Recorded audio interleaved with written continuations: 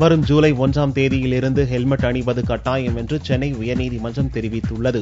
சென்னையைச் சேர்ந்த மல்லிகா என்பவர் இது தொடர்பாக தாக்கல் செய்த மனு மீதான விசாரணையில் உயர்நீதிமன்ற நீதிபதி கிருபாகரன் இந்த உத்தரவை பிறப்பித்துள்ளார். வரும் ஜூலை 1ஆம் தேதி முதல் தமிழகம் முழுவதும் ஹெல்மெட் அணிவது கட்டாயம் என்று நீதிபதி உத்தரவிட்டுள்ளார். ஏற்கனவே உள்ள சாலை விதிகளை தவறாமல் அமல்படுத்த வேண்டும். ஹெல்மெட் அணியாவிட்டால் ஓட்டுநர் உரிமத்தை ரத்து செய்யலாம். தேசிய நெடுஞ்சாலை உள்ளிட்ட முக்கிய சாலை சந்திப்புகளில் கேமரா வைத்து கண்காணிக்க வேண்டும் என்பது போன்ற உத்தரவுகளையும் தமிழக அரசுக்கு நீதிபதி கிருபாகரன் பிறப்பித்துள்ளார். மத்திய கண்காணிப்பு ஆணையராக KV சௌத்ரி நியமிக்கப்பட்டுள்ளார். அரசு நிறுவனங்களில் நடக்கும் ஊழல்களை தடுப்பதற்காக மத்திய கண்காணிப்பு ஆணையம் செயல்பட்டு வருகிறது. மத்திய கண்காணிப்பு ஆணையத்தின் ஆணையர் பொறுப்பு கடந்த 9 மாதமாக காலியாக இருந்தது. அதேபோல தலைமை தகவல் ஆணையர் பதவியும் பல மாதங்களாக காலியாக இருந்தது. இவ்விரு பதவிகளை நியமிப்பதற்கான பணிகளை மத்திய அரசு துவங்கியது. கடந்த 1ஆம் தேதியன்று பிரதமர் நரேந்திர மோடி லோக்சபா காங்கிரஸ் தலைவர் மல்லிகார்ஜுன் கார்கே ஆகியோரை உள்ளடக்கிய இரு வெவ்வேறு குழுக்கள் ஆலோசித்து இரு பதவிகளுக்கும் உரிய நபர்களை தேர்வு செய்தது. இந்நிலையில் மத்திய கண்காணிப்பு ஆணையராக KV சௌத்ரியும் தலைமை தகவல் ஆணையராக விஜய் சர்மாவும் நியமிக்கப்பட்டுள்ளதாக மத்திய அரசு திங்களன்று அறிவிப்பு வெளியிட்டது. KV சௌத்ரி மத்திய நேர்முக வரிகள் வாரியத்தின் முன்னாள் தலைவர் ஆவார்.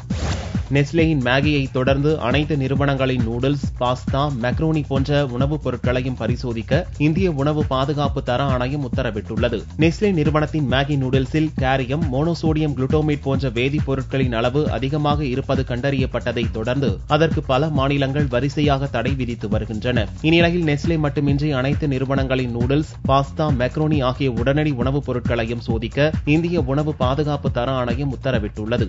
இதனால் ITC, Glaxo SmithKline, Ruchi international, இண்டோனிசின், CG foods India, AA nutrition போன்ற நிறுவனங்கள் தயாரிக்கும் நூடுல்ஸ், பாஸ்தா, மக்ரோனி ஆகிய உணவுப் பொருட்களும் சோதனைக்கு உட்படுத்த இந்திய உணவு பாதுகாப்பு தர ஆணையம் உத்தரவிட்டுள்ளது. இது தொடர்பாக அனைத்து மாநிலங்கள் மற்றும் யூனியன் பிரதேச உணவு பாதுகாப்பு ஆணையர்களுக்கு இந்திய உணவு பாதுகாப்பு தர ஆணைய தலைமைச் செயல் அலுவலர் யுத்வீர் சிங் மாலிக் அனுப்பிய கடிதத்தில் இந்த உத்தரவு பிறப்பிக்கப்பட்டுள்ளது.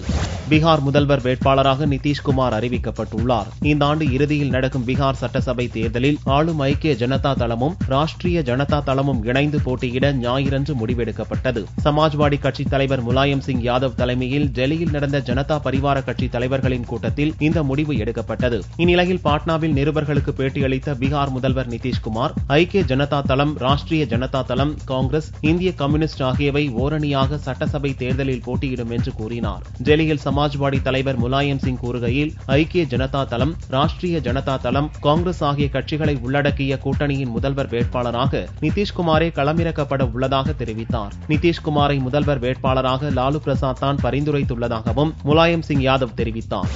RK நகர் இடைத்தேர்தலுக்கு பயன்படுத்தப்படும் மின்னணு இயந்திரத்தில் முதன்முறையாக வேட்பாளரின் புகைப்படம் இடம்பெற உள்ளதாக தமிழக தலைமை தேர்தல் அதிகாரி சந்தீப் சக்சேனா தெரிவித்துள்ளார். திங்களன்று செய்தியாளர்களை சந்தித்த அவர் RK நகர் இடைத்தேர்தலில் பொது பார்வையாளராக கேரள மாநிலத்தைச் சேர்ந்த IAS அதிகாரி ராஜு நாராயணசாமி நியமனம் செய்யப்பட்டுள்ளதாகவும் முன்னெச்சரிக்கை நடவடிக்கையாக இதுவரை 98 பேர் கைது செய்யப்பட்டுள்ளதாக தெரிவித்தார். மேலும் தேர்தல் பணியில் 1500 பணியாளர்கள் நியமிக்கப்பட்டுள்ளதாகவும் முதன்முறையாக RK நகர் இடைத்தேர்தலில் பயன்படுத்தப்படும் மின்னணு வாக்குப்பதிவு இயந்திரத்தில் வேட்பாளரின் புகைப்படம் இடம்பெறும் என சக்சேனா கூறினார். RK நகர் இடைத்தேர்தலில் பாரதிய ஜனதா கட்சி போட்டியிடப் போவதில்லை என அக்கட்சியின் மாநில தலைவர் தமிழிசை சவுந்தரராஜன் தெரிவித்துள்ளார். RK நகர் தொகுதி இடைத்தேர்தல் ஜூன் 27ஆம் தேதி நடக்கிறது. அதற்கான வேட்புமனு தாக்கல் ஜூன் 3ஆம் தேதி தொடங்கியது. முதல்வர் ஜெயலலிதா உள்ளிட்ட 21 பேர் தேர்தலில் போட்டியிட மனு தாக்கல் செய்துள்ளனர். இது தொடர்பாக திங்களன்று செய்தியாளர்களை சந்தித்த பாஜக மாநில தலைவர் தமிழிசை சவுந்தரராஜன் RK நகர் தொகுதியில் பாரதிய ஜனதா போட்டியிடாது என்று கூறினார். ஏற்கனவே திமுக, மதிமுக, தமாக, பாமக உள்ளிட்ட கட்சிகள் போட்டியிடப் போவதில்லை என்று அறிவித்துள்ளது. RK நகர் இடைத்தேர்தலுக்கு தடை விதிக்க கோரி சென்னை உயர்நீதிமன்றத்தில் மனு தாக்கல் செய்யப்பட்டுள்ளது. RK நகர் சட்டசபை தொகுதியில் எந்தவித காரணமும் இன்றி MLA வெற்றிவேல் ராஜினாமா செய்துள்ளார். மக்கள் வரிப்பணம் வீணடிக்கப்பட்டுள்ளது என்று கூறி வக்கீல் ரமேஷ் என்பவர் உயர்நீதிமன்றத்தில் மனு தாக்கல் செய்துள்ளார். 2011ஆம் ஆண்டு RK நகர் தேர்தலுக்கு செலவிடப்பட்ட தொகையை வெற்றிவேல் மற்றும் அதிமுக வேட்பாளர் ஜெயலலிதாவிடம் வசூலிக்க வேண்டும் எனவும் மனுவில் கோரப்பட்டுள்ளது. இம்மனு செவ்வாயன்று விசாரணைக்கு வரும் என்று எதிர்பார்க்கப்படுகிறது. சுயமரியாதை திருமணம் தொடர்ந்து நடக்க சூளுரைக்க வேண்டும் என்று கருணாநிதி வலியுறுத்தினார். திமுக தலைவர் கருணாநிதியின் மகன் தமிழரசு, மோகனா தம்பதியரின் மகன் நடிகர் அருள்நிதி கீர்த்தனா திருமணம் திங்களன்று அறிமாலயத்தில் நடந்தது. திமுக பொதுச் செயலாளர் அன்பழகன் தலைமை தாங்கினார். மணமக்களை வாழ்த்திய கருணாநிதி சுயமரியாதை திருமணம் தொடர்ந்து நடக்க சூளுரைக்க வேண்டும் என்றார். இந்த சமுதாயம் மேம்படுவதற்காக ஆற்றிய பணிகளை எல்லாம் எண்ணி பார்த்து மேலும் அந்த பணிகள் தொடர வேண்டும். இந்த மாநாவிலே நாம் அனைவரும் கலந்து கொள்வதற்காக பொருளாகும். பிறந்த மறுநாளே ஆண் குழந்தையை 4500 ரூபாய்க்கு விற்ற சம்பவம் திரிபுராவில் நடந்துள்ளது. திரிபுரா மாநிலம் கோவாய் மாவட்டத்தில் உள்ள குக்கிராமத்தைச் சேர்ந்தவர் ரஞ்சித் தண்டி. பழங்குடி இனத்தைச் சேர்ந்த இவருக்கு 3 குழந்தைகள். இந்நிலையில் இவரது மனைவிக்கு 2 தினங்களுக்கு முன் 4வதாக ஆண் குழந்தை பிறந்தது. ஏற்கனவே வறுமையில் வாடும் இந்த தம்பதியர் பிறந்த மறுநாளே குழந்தையை விற்றனர். பொருளாதார நிலை மிக மோசமாக இருந்ததால் குழந்தையை விற்றதாக ஒப்புக்கொண்ட ரஞ்சித் தண்டி, குழந்தையை வாங்கியவர்கள் அதை நல்ல முறையில் வளர்ப்பார்கள் என்ற நம்பிக்கை தனக்கு இருப்பதாக உருக்கத்துடன் கூறினார். 4500 ரூபாய்க்கு ஆண் குழந்தை விற்கப்பட்ட சம்பவம் பெரும் பரபரப்பை ஏற்படுத்தியதை தொடர்ந்து திரிபுரா மாநில அரசின் குழந்தைகள் நலத்துறை விசாரணை மேற்கொண்டுள்ளது. சந்திரபாபு நாயுடுவின் டெலிபோனை ஒட்டு கேட்டதாக தெலுங்கானா முதல்வர் சந்திரசேகர ராவ் மீது ஆந்திர போலீசார் வழக்கு பதிவு செய்துள்ளனர். தெலுங்கானா மாநிலம் எம்எல்சி தேர்தலில் தெலுங்கு தேசம் கட்சி வேட்பாளரை வெற்றி பெறச் செய்வதற்காக ஆங்கிலோ இந்தியன் எம்எல்ஏ ஸ்டீபன்சனுக்கு 50 லட்சம் ரூபாயை லஞ்சமாக கொடுத்த தெலுங்கு தேசம் எம்எல்ஏ ரேவந்த் ரெட்டி கைது செய்யப்பட்டார். லஞ்ச விவகாரத்தின் பின்னணியில் தெலுங்கு தேசம் கட்சி தலைவரும் ஆந்திர முதல்வருமான சந்திரபாபு நாயுடு இருப்பதாக தெலுங்கானா முதல்வர் சந்திரசேகர ராவ் மற்றும் அமைச்சர்கள் குற்றம் சாட்டி வருகின்றனர். இந்நிலையில் சந்திரபாபு நாயுடு ஸ்டீபன்சன் இடையிலான உரையாடல் ஆடியோவை தெலுங்கானா டிவி 1 ஒளிபரப்பியது. இதை திட்டவட்டமாக மறுத்துள்ள தெலுங்கு தேசம் கட்சி சந்திரபாபு நாயுடுவின் குரல் போலியானது என்றும் கூறியது.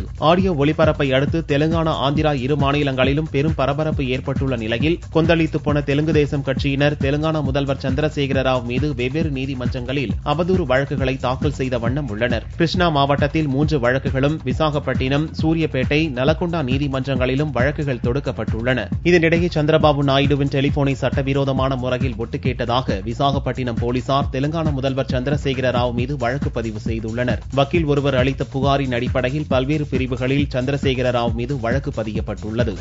பலாத்காரம் செய்யப்படும் பெண்களின் கருப்பையில் விரலை விட்டு சோதிப்பதை அனுமதிக்கும் சுற்றறிக்கையை டெல்லி அரசு வாபஸ் பெற்றது. பலாத்காரம் செய்யப்படும் பெண்களின் கருப்பை வாயில் விரல்களை விட்டு டாக்டர்கள் சோதிக்கும் முறை நீண்ட காலமாக கடைபிடிக்கப்பட்டு வந்தது. ஒரு பெண் உண்மையிலேயே கற்பழிக்கப்பட்டாரா அல்லது வழக்கமாக உடலுறவு கொள்ளும் வழக்கம் கொண்டவரா என்பதை கண்டறிவதற்காக நடத்தப்படும் இந்த சோதனைக்கு 2014ஆம் ஆண்டில் மத்திய அரசு தடை விதித்தது. இந்நிலையில் கடந்த மே 31ஆம் தேதி டெல்லி அரசு ஒரு சுற்றறிக்கை வெளியிட்டது. பாலியல் பலாத்காரம் செய்யப்படும் பெண்களிடம் விரல் சோதனையை நடத்தும்படி அந்த சுற்றறிக்கை மூலம் டாக்டர்களுக்கு அறிவுறுத்தப்பட்டிருந்தது. டெல்லியில் அதிகரித்து வரும் பலாத்கார வழக்குகளில் குற்றவாளிகளுக்கு தண்டனை வாங்கித்தர இந்த சோதனையை நடத்த வேண்டிய தேவை இருப்பதாக அதில் காரணம் கூறப்பட்டிருந்தது. டெல்லி அரசின் இந்த சர்ச்சைக்குரிய சுற்றறிக்கைக்கு பெண் ஆர்வலர்கள் மத்தியில் கடும் எதிர்ப்பு கிளம்பியதை தொடர்ந்து அதை டெல்லி அரசு வாபஸ் பெற்றது. மேலும் அந்த சுற்றறிக்கையில் கையெழுத்திட்டுள்ள அதிகாரிகள் மீது கடும் நடவடிக்கை எடுக்கவும் டெல்லி அரசு முடிவு செய்துள்ளது.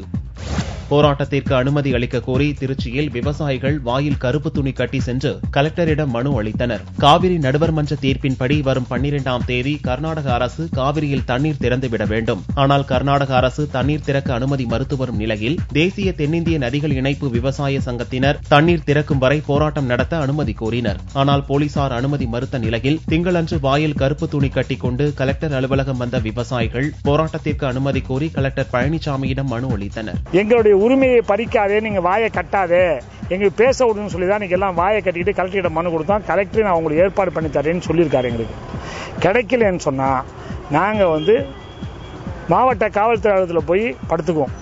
இல்லாட்டி காவேரியில் குதிப்போம், பாலத்திலிருந்து கீழே குதிக்க போறோம். வில்லியனூர் வரதராஜ பெருமாள் கோவிலில் கும்பாபிஷேகம் நடந்தது. புதுச்சேரி வில்லியனூர் பெருந்தேவி தாயார் சமேத தென்கலை வரதராஜ பெருமாள் கோவில் 130 ஆண்டுகள் பழமை வாய்ந்தது. வரலாற்று சிறப்பு பெற்ற இந்த கோவிலின் கும்பாபிஷேக விழா கடந்த 6ஆம் தேதி யாகசாலை பூஜைகளுடன் துவங்கியது. முதல்வர் ரங்கசாமி மற்றும் எம்எல்ஏ நமச்சிவாயம் தலைமையில் திங்கட்கிழமையன்று கும்பாபிஷேகம் நடந்தது. விழாவில் எம்எல்ஏக்கள் தேனி ஜெயக்குமார், உலகநாதன் உள்ளிட்ட ஏராளமான பக்தர்கள் கலந்து கொண்டு சுவாமி தரிசனம் செய்தனர். வேலூர் அருகே சொத்து தகராறில் அண்ணனை அடித்துக் கொன்ற தங்கைகள் இருவர் போலீசில் சரணடைந்தனர். திருப்பத்தூர் அருகே உள்ள நரியநேரி கிராமத்தைச் சேர்ந்த விநாயகத்திற்கும் அவருடைய தங்கைகள் சரிதா, கிசந்தாக்கும் இடையே சொத்து தகராறு இருந்தது. இந்நிலையில் திங்களன்று காலை தங்கைகள் இருவரையும் தனக்கு சொந்தமான நிலத்திலிருந்து வீட்டை காலி செய்யுமாறு விநாயகம் கூறியுள்ளார். அப்போது சகோதரர் சகோதரிகளுக்கிடையே ஏற்பட்ட வாய் தகராறு அதிகரித்து மோதல் ஏற்பட்டது. இதில் தங்கைகள் இருவரும் கம்பு மற்றும் கத்தியால் அண்ணனை தாக்கியதில் விநாயகம் சம்பவ இடத்திலேயே இறந்தார். இதையடுத்து அண்ணனை கொலை செய்த தங்கைகள் இருவரும் சுந்திலி காவல் நிலையத்தில் சரணடைந்தனர். சரணடைந்தனர். வேலூர் அருகே குடிநீர் கேட்டு பொதுமக்கள் காலி குடங்களுடன் மறியலில் ஈடுபட்டனர். வேலூர் மாவட்டம் பெரியநகரம் கிராமத்தில் கடந்த 6 மாதங்களாக குடிநீர் முறையாக வழங்கவில்லை. இதனால் பாதிக்கப்பட்ட பொதுமக்கள் இது தொடர்பாக அதிகாரிகளிடம் புகார் அளித்தும் எவ்வித நடவடிக்கையும் எடுக்கவில்லை. இதனால் அதிருப்தியடைந்த மக்கள் திங்களன்று திருப்பத்தூர் கிருஷ்ணகிரி சாலையில் காலி குடங்களுடன் மறியலில் ஈடுபட்டனர். போக்குவரத்து பாதிக்கப்பட்ட நிலையில் சம்பவ இடத்திற்கு வந்த போலீசார் மற்றும் உள்ளாட்சி பிரதிநிதிகள் பொதுமக்களிடம் சமாதான பேச்சுவார்த்தை நடத்தி போராட்டத்தை கைவிட செய்தனர். டெல்லியில் நிப்புன் டவர் கட்டிடத்தில் பயங்கர தீ விபத்து ஏற்பட்டது. டெல்லி கர்கார்டூமா பகுதியில் நிப்புன் டவர் எனும் அடுக்குமாடி வர்த்தக வளாகம் அமைந்துள்ளது. இதன் 5வது மாடியில் திங்களன்று காலை 9:45 மணிக்கு தீப்பிடித்து எரிய துவங்கியது. இது பற்றி அறிந்ததும் 10க்கும் மேற்பட்ட தீயணைப்பு வண்டிகளில் வீரர்கள் விரைந்து சென்று தீயை அணைக்கும் பணியில் ஈடுபட்டனர். 1 மணி நேரத்துக்கும் மேலாக போராடி தீயை வீரர்கள் கட்டுப்படுத்தினர். தீ விபத்தில் யாருக்கும் காயமோ உயிரிழப்போ ஏற்படவில்லை என வீரர்கள் தெரிவித்தனர். தீ விபத்துக்கான காரணம் உறுதியாக தெரியாவிட்டாலும் மின்கசிவு காரணமாக தீ விபத்து ஏற்பட்டிருக்கலாம் என போலீசார் தெரிவித்தனர். இந்திய கிரிக்கெட் அணி வங்கதேசத்துக்கு திங்களன்று புறப்பட்டுச் சென்றது. இந்திய கிரிக்கெட் அணி வங்கதேசத்தில் சுற்றுப்பயணம் செய்து ஒரு டெஸ்ட் மற்றும் 3 ஒருநாள் போட்டிகளில் விளையாடுகிறது. இதற்காக கொல்கத்தாவில் உள்ள நேதாஜி சுபாஷ் சந்திர போஸ் சர்வதேச விமான நிலையத்தில் இருந்து இந்திய அணி திங்களன்று காலை வங்கதேச தலைநகர் டாக்காவுக்கு புறப்பட்டுச் சென்றது. ஒருநாள் போட்டிக்கான இந்திய அணிக்கு மகேந்திர சிங் தோனி கேப்டனாக இருப்பார். அவர் டெஸ்ட் போட்டியிலிருந்து ஓய்வு பெற்று விட்டதால் டெஸ்ட் அணிக்கு விராட் கோலி கேப்டனாக இருப்பார். டெஸ்ட் தொடருக்கு விராட் கோலி தலைமை வகிப்பது இதுதான் முதல் முறையாகும். இந்தியா வங்கதேசம் இடையிலான ஒரே ஒரு டெஸ்ட் போட்டி ஜூன் 10ஆம் தேதி துவங்குகிறது. ஜூன் 18, 21 மற்றும் 24 ஆகிய தேதிகளில் ஒருநாள் போட்டிகள் நடக்கிறது. தங்கத்தின் விலையில் திங்களன்று சவரனுக்கு 32 ரூபாய் அதிகரித்து ஒரு சவரன் 20,200 ரூபாய்க்கு விற்பனையானது. 1 கிராம் ஆபரண தங்கம் 2,525 ரூபாயாக இருந்தது. வெள்ளி 1 கிராம் 20 காசுகள் உயர்ந்து 39 ரூபாய் 90 காசுகளுக்கு விற்பனையானது. பார்வெளியின் விலை 37,285 ரூபாயாக இருந்தது.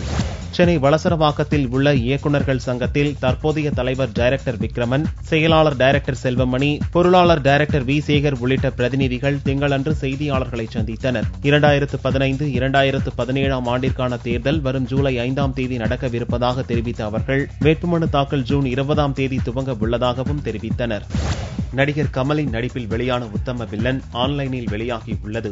herotalkies.com எனும் இணையதளத்தில் இப்படம் வெளியிடப்பட்டுள்ளது. இந்தியாவை தவிர்த்து மற்ற நாடுகளில் வாழும் ரசிகர்கள் பார்க்கும் வகையில் ஃபுல் HD உடன் சவுண்ட் வசதியுடன் படம் வெளியிடப்பட்டுள்ளது. ஹோம் தியேட்டரில் படம் பார்க்கும் அனுபவம் கிடைக்கும். இந்த இணையதளத்தில்தான் நடிகர் ரஜினியின் லிங்கா, தனுஷின் அநேகன், அஜித்தின் என்னை அறிந்தால் உள்ளிட்ட படங்கள் வெளியாகின.